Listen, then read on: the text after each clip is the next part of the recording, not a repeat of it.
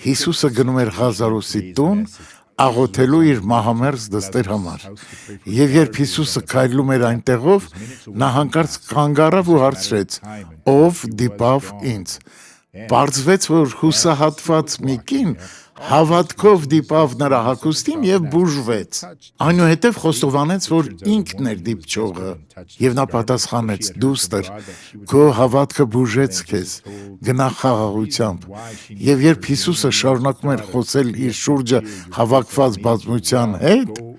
ինչ որ մեկը մոտեցավ նրան զգուշացնելու, որ Ղազարոսի դուստրը մահացել է, եւ որ նա չանհանգստացնի ուսուցչին։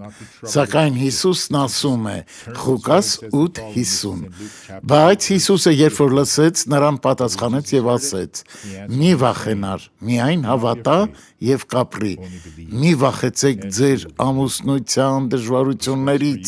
որովհետեւ դրանք կանցնեն։ Մի թողեք, որ ձեր ամուսնությունը կործանվի եւ կործանի ձեր ընտանիքի եւ երեխաների ուրախությունը»։ Աղոթենք։ Հայր, մենք իմաստություն ենք ցանկանում մարդկանց ճիշտ խորհուրդ տալու համար։ Աստված իմ,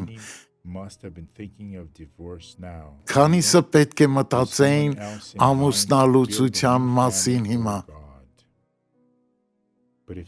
Բայց եթե նրանք չվախենան եւ հավատան, նրանց ընտանիքը կփրկվի։